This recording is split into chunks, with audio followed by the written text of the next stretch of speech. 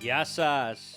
What happens when you take two vibrant brothers that are descendants from the Greeks in Constantinople, embracing their American roots, and then ask them to serve up rich tales of traditions, cuisine, childhood memories, and a hearty dose of humor? You're about to find out. This is Baklavine Banter, your passport to all things Greek.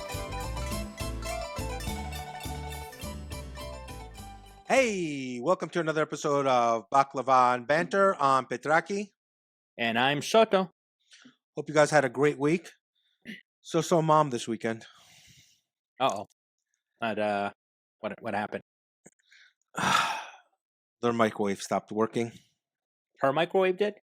Yeah. And since She I uses a bought it, microwave? I have to be the guaranteer or warrantier of the microwave. Mm-hmm.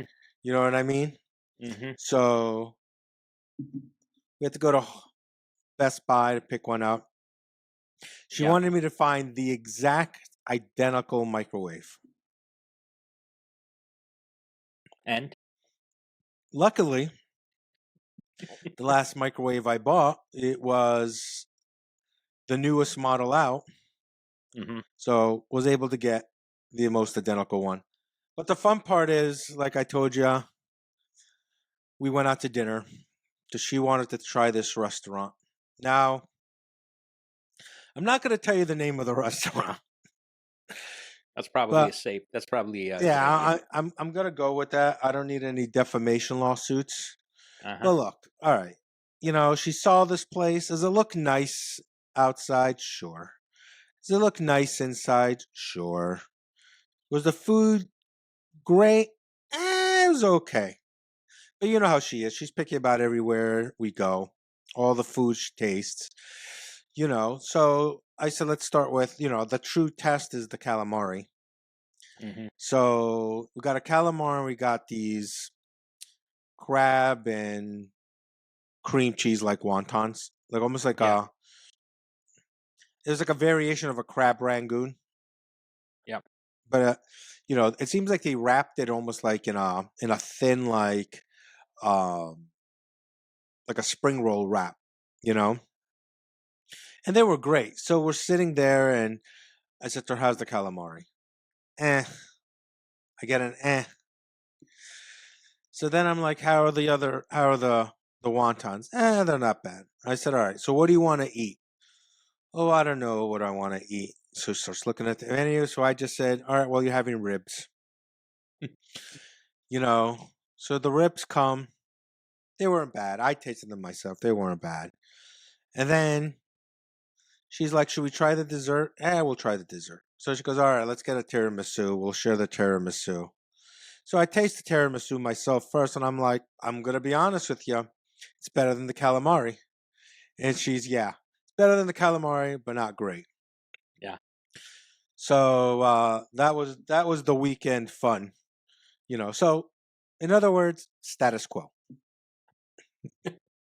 So, needless to say, there will not be a follow-up visit to said Well, establishment. funny that you said that because as we're driving away, I said, "This is the last time you're you're making any recommendations." So we're driving down the road because she wanted to go shop in another place. She sees this restaurant. I said, we should try there next." And Yeah. I said, "No." I didn't know what the place was. I didn't know. I'm like, no. I said, I did do some research on this place, but it is what it is. When you find these places down the Jersey Shore towards the end of the summer, they do get packed, they get loud, Yeah. But it is what it is, But Yeah. yeah. So Another episode. like I told you earlier today, for those of you who've been watching, we've been doing a word of the week, a Greekish word and what it means, but we're gonna try something different this week and try to mix things up. So we're gonna do a top 10 list. Now, when we talked about this earlier, we didn't even talk about it. We texted about it a few hours ago. And you were like, well, what's your top 10 list? Right. And I told you I'm not going to tell you what the list's going to be because I want your honest opinion, so you don't go Googling it and come like with predisposed answers and you Right. skew the whole thing. So I'm playing the game with the audience. Correct. Okay. Okay. So it's top 5, but it is top 10, and I'll explain to you this in a minute. So we're gonna do top 5 male and top 5 females Greek names in Greece. Greek names in Greece. Gotcha. Okay? Okay. So let's do the males first. Now let me just tell you this. This comes from an organization called L-Stats. These are 2022 stats, because of 2023 is still gone, so we don't have the latest stats. I'm sure they'll be available at the beginning of next year. So let's go male first, okay? Shoot some names at me and I'll tell you if they're in the top 5. Top 5 for male Greek names Yeah, in Greece. in Greece. Now let me tell you this. Let me give you a little hint about them. These 5 names, okay, only make up 33% of the names in all of Greece for men. Okay. Okay? Yep. So go for it. Thanasis. Or no. Stavros. No. Yorgos. Number 1. Number 1. Yeah, 8.3% of the men in Greek are named Yorgos. For those of you playing at home, that's George. Checking that off the list. How about Christos? Nope. Wow. Yeah. Panagiotis. Nope. Konstantinos. Number 4. Really? Yep. Dimitrios. Number 3.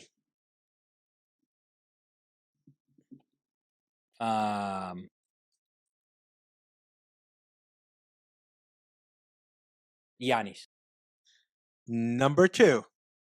Okay. Now, what is the last one on the list? Michalis. No. Vasilis. No. Think big fat Greek wedding. Tula. No. Oh, no, it's for Men. you said. Sorry. Did. No. No. Nicholas. Yes. So I Wow. read something interesting with regards to male men is after Did you say male men? yeah Okay, just with checking. with respect to male names, Right. I found out that before Christianity, more people were named Aristotle and Socrates. Now they have less relevance as far as naming the kids, as people are more using more Christian names. Yeah. But doesn't mean that they're not still relevant within the population. Because Yeah. remember, like if these are only 33% of the names, you're talking another 67% of the population that are named something. And I'm pretty sure they're not called Deshaun. I'm just saying that. Okay, so real quick, let's go to the females. I'm gonna go ahead and start with Irini. No. Now hold on, let me just say this now. Okay. These 5 names only make up 23% of the population. Wow. Yeah. Anna. No. Sophia. Number 5. Oh, okay. Maria. Maria. Number 1 answer. Very good. Is it number 1? Yeah. 8.3% of the population. Okay. What were the ones just had?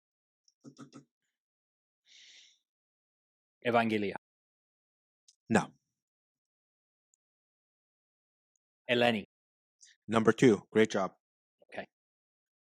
I think 2 and 3 are a little tough. I don't think they're going to be on your radar. It's not that they're not uncommon. It's just that it's not going to be the first thing to come to mind. Athena. No. No Athenas, no Aphrodite, nothing like that. No Medusas, no Hera. Vasiliki. Number 4. Is Pull it that one really? out. Pull that one out of your pooper right there. Well, I got that from your barbecue party. Well done. Well done. And What are number we down 4, to? number 3. Just need number 3. Um,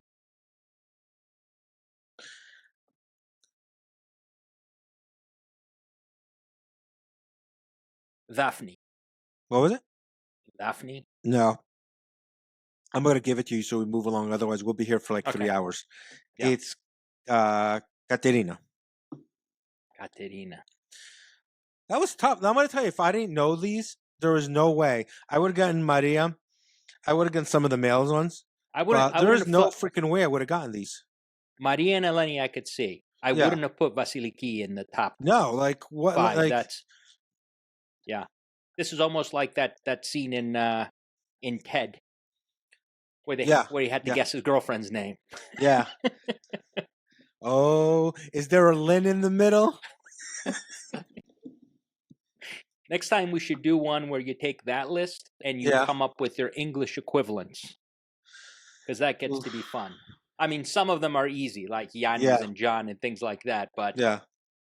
others could get interesting. Yeah.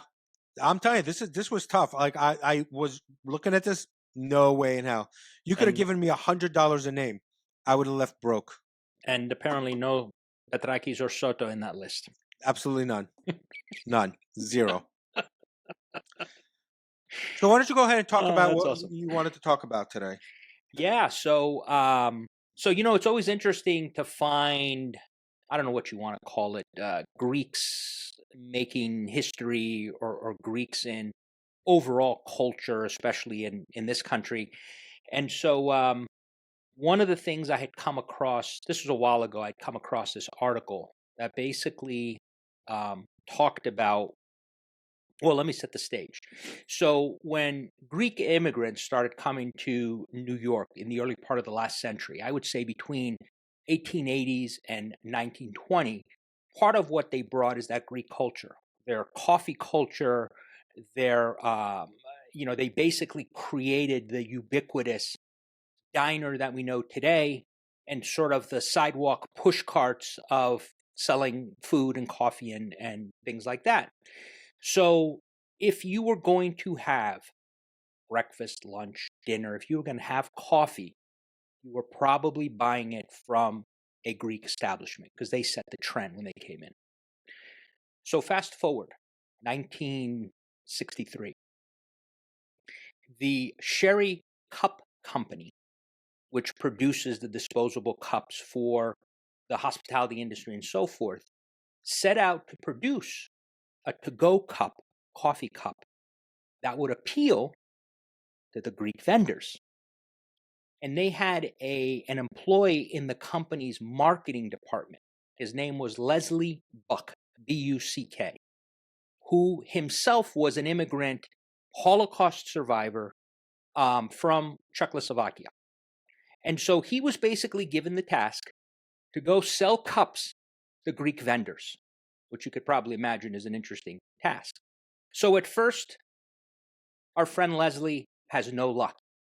But then he decides he's going to design a cup that reminds Greeks of their home country.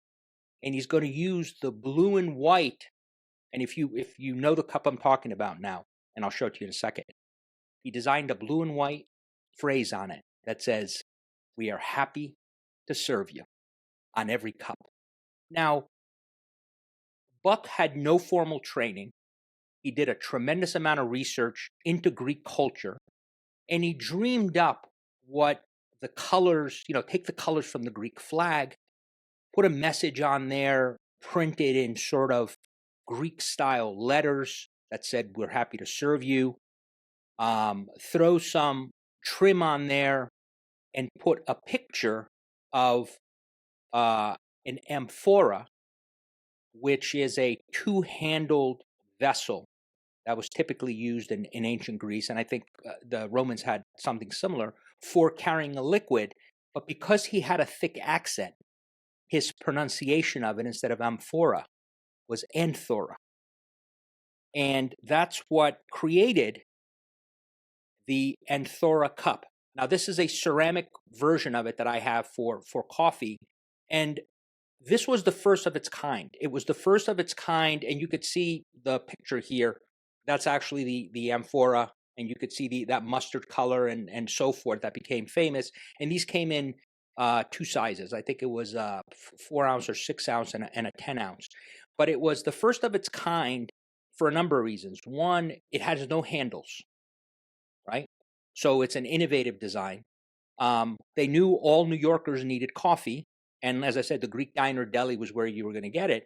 And it was the first disposable cup that didn't have any any handles or anything else to it, and it was all about convenience to an on-the-go clientele, which is New Yorkers as it is today. Now, it became an immediate hit. Uh, Buck himself actually um, became famous because of this. And a New York writer I read described the motto, "We are happy to serve you," as having welcome initiations of tenderness, success, and humility in that. So they sold probably 500 million of these in 1994. But then what happened was, and it became a pop culture symbol. As a matter of fact, I think when Hillary Clinton was nominated, she actually ordered the Anthora cups as part of the celebration that they did. It has shown up in. I have a list here. It's shown up in all kinds of various shows. If you watch, Sex in the City, if you watch How I Met Your Mother, Daredevil, Flight of the Conchords, it's been ubiquitous.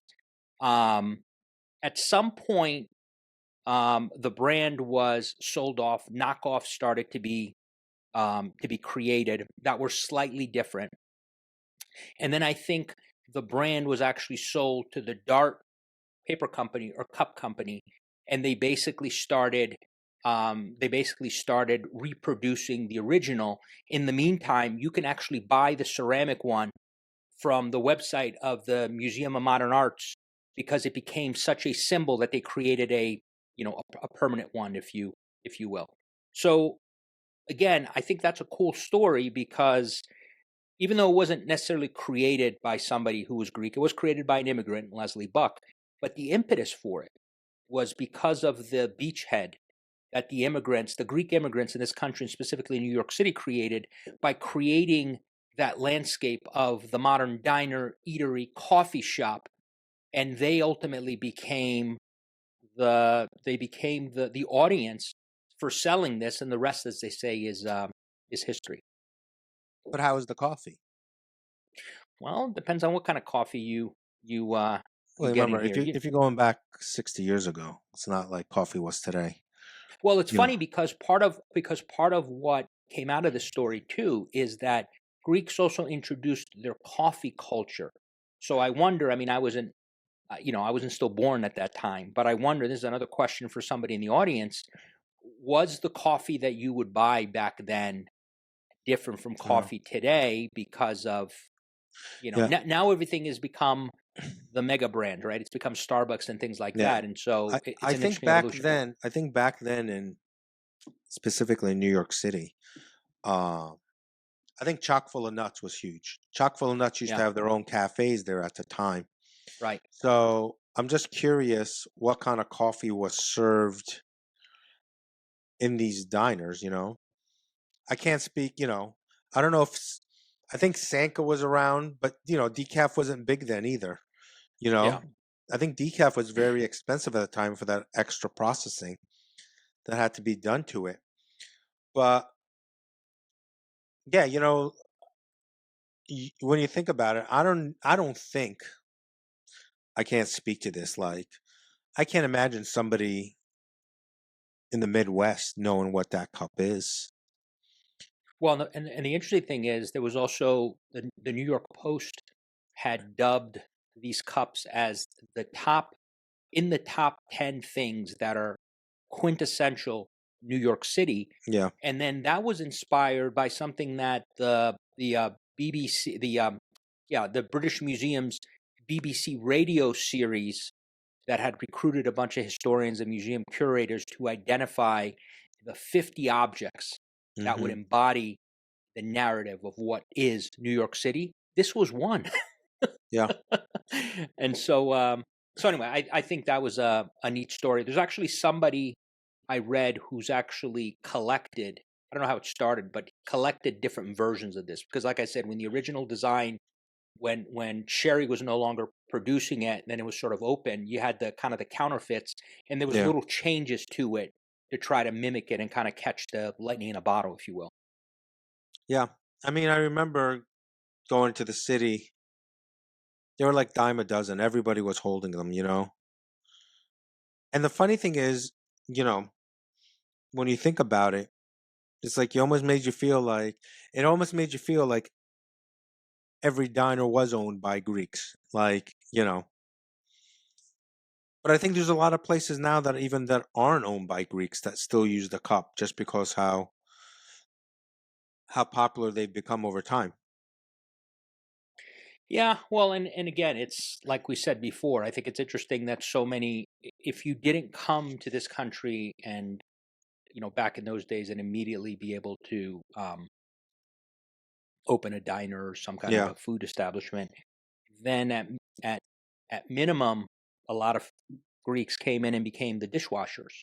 Yeah. They became the kitchen help, and they stayed there long enough so then whoever opened it decided that they could no longer do it. More often than not, I think it was probably because they got older, they got sick. They then became the natural progression of it, and so it's Yeah. amazing to me how many right? How many people, how many diner owners we've met here and there when you ask them how they got their start, that's basically what they tell you. I was working in the kitchen. The Yeah. owner decided to sell. I'm like, I'm in. Yeah. We kind of Yeah. carried it from there. But anyway, so I think that was a neat Yeah. story. But if you imagine going back into time, walking into one of these shops and asking for a venti, Yeah, they would have thrown your ass out of there, you know? yeah.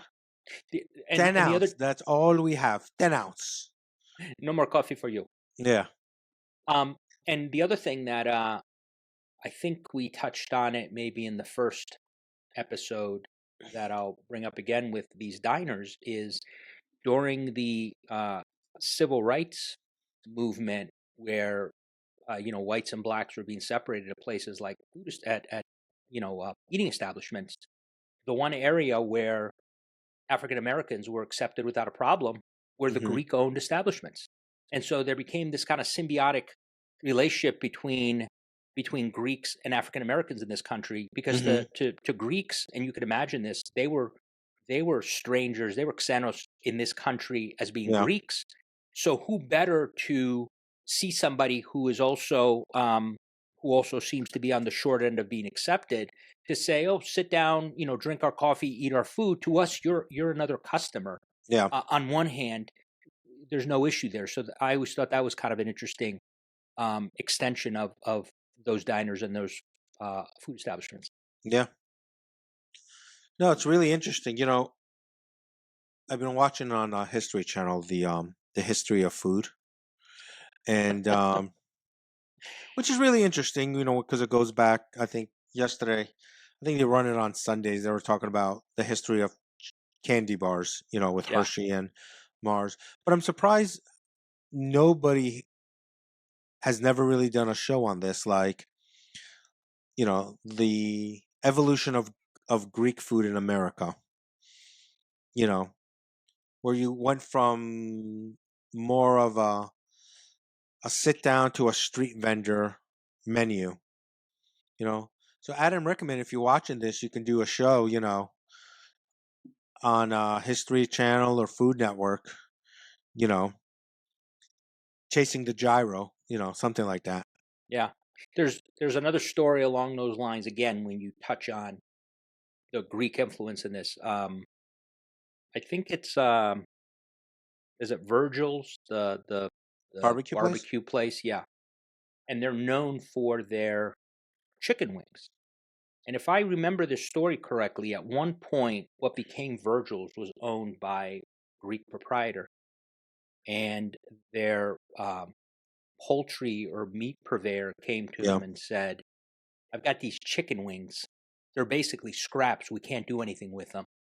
I'll sell them to you for X price." Hmm. And they took them, put the rub on it, and then cooked them off. And the rest, as they say, is history. So it's Yeah. amazing to me, if you do, to your point, if you do look at food history and you go back, certainly in this country, and especially if you're looking around New York, the influence, just like the I would say, in terms of New York, the counter to that is what happened with pizza.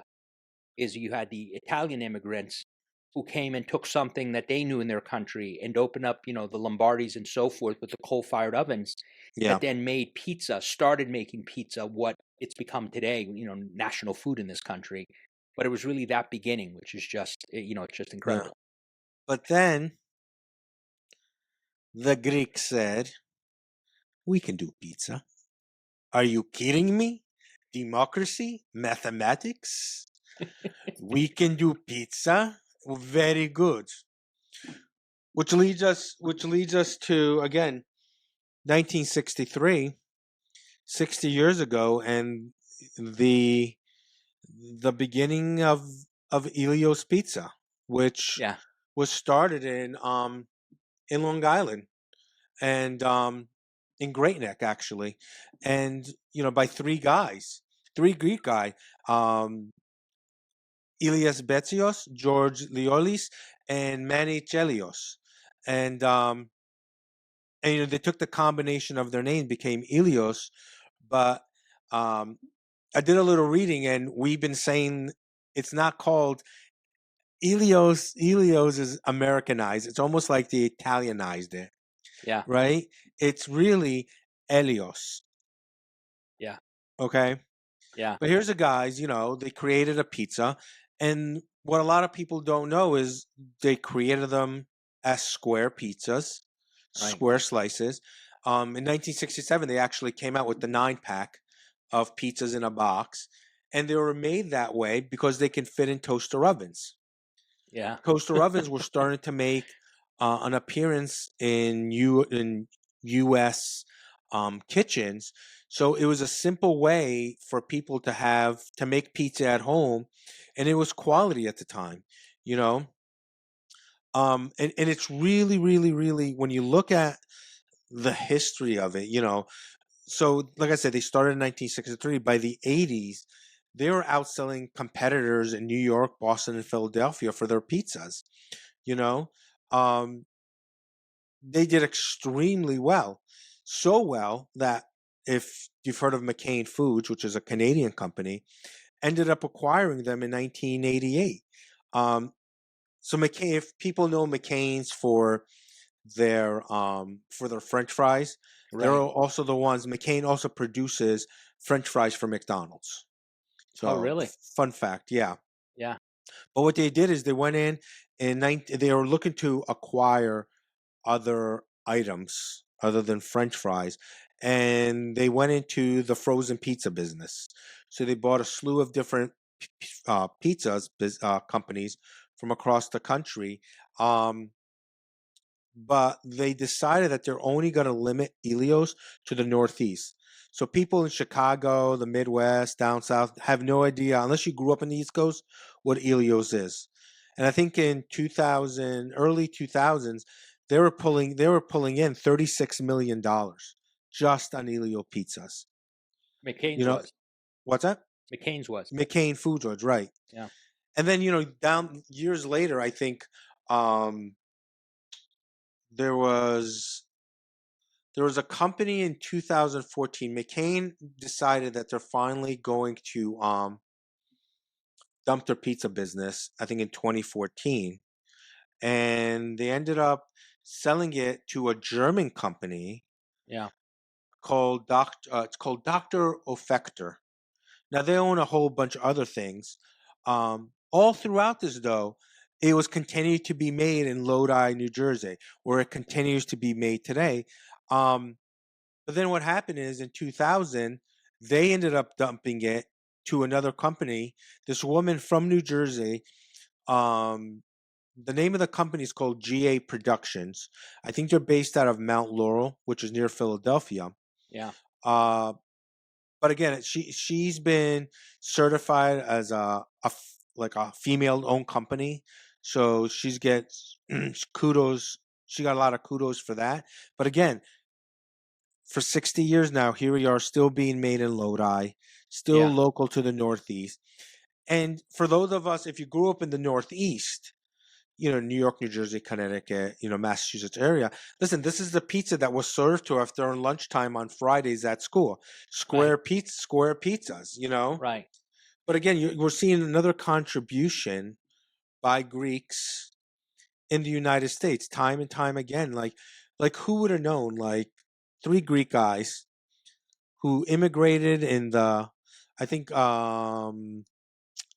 Elias immigrated in late 20s, 1920s to the US, who, like, I don't think in their wildest dreams when they created this 60 years ago that this is like beyond the legacy now. You know what I mean? Like, Yeah. people are still buying them. People are still using their toaster ovens to make it. And listen, it's very easy. Like, you go to some of the warehouses like the Sam's and the Costco's, they'll sell them in a 27, slice box. Yeah. The big pack. Pop three in a toaster oven, you're good to Yeah. go. It's a party. And the interesting thing is, they didn't invent frozen pizzas. I think that goes back to the 50s with Yeah. Yeah. Celentano or Totino, I think was another one that comes Yeah. up. They just developed a different way to consume it. And obviously, like you Yeah. said, putting it in your toaster instead of having to fire up the oven. So to me, that's even more ingenuity because you went into a space that had already been there for at least 10 plus years. And you said, we think this would be a better way for somebody to consume it. So, Yeah. What's interesting that when McCain bought them, you have to think of companies like General Mills yeah, or like a Unilever that, these two companies owns almost 50% of all frozen goods in the US now. Like, I wonder if at any point in time someone said, like at General Mills, with somebody like, "Oh, let's buy the little doughboy. He's cute." Remember these guys. It's just a white box that says Ellios on it. yeah, It's with a picture of a pizza. There is no mascot. There's no such, like, no gimmicky. Like, the food is the food. right. Taste it, you'll enjoy it. Do you remember commercials specifically for them? Yeah, I Or do. was it or was No, it there was Stouffer's commercials. that yeah. No, Stouffer. Oh my God, Stouffer's. I don't even. Stouffer's was big with their French pizza, Right, exactly. French bread pizzas. Remember that? Right, right. And I'm pretty confident at one point in time, and I think it's still available. They did do a pepperoni pizza. McCann may have done that, added pepperoni to it to diversify it a little bit. Yeah. But again, overall, I think growing up in the '80s, I think that and putting it in schools, I think that was a genius idea. I think you had it in there, and kids were eating it every day. So not every day, but at least once a week, every Friday. You know, I think whoever like did their marketing, I think really did a great job.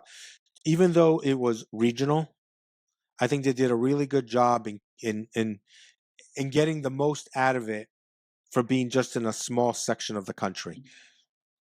Yeah. So It was definitely the go-to food for Gen Xers like us. Even though we weren't technically the latchkey kids, we had, mom was home no, but and our it was grandparents were home, still but that there. was yeah, exactly. It was And, still there. It wasn't like I wasn't gonna eat it. I mean, right. because And we had a depending toaster oven. right. I Depending how burnt more hungry than you were, that was the end of the box. yeah. I mean, trust me, when it comes to toaster ovens, I've burned my share of grilled cheese sandwiches in a toaster Right. oven. Right.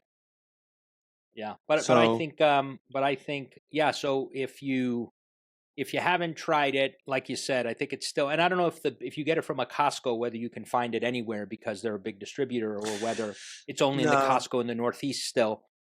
But if you haven't had it, try it, and then make sure to show your appreciation. Like I said, you can find these on Amazon as well. These ceramic and Anthora cups, they get a little hot when you put coffee in them, so just be careful. But if you're gonna get one, the one that says "We're happy to serve you," like the one I'm showing you here with the amphora on the side, that's the official one. But show your appreciation for that. I think even back then, if you're talking about 60 years ago in coffee in New York City, Yeah. like I think they would look at you funny if you asked for cream. I think they'd look at you funny if you asked for sugar back then. I think everybody drank it black.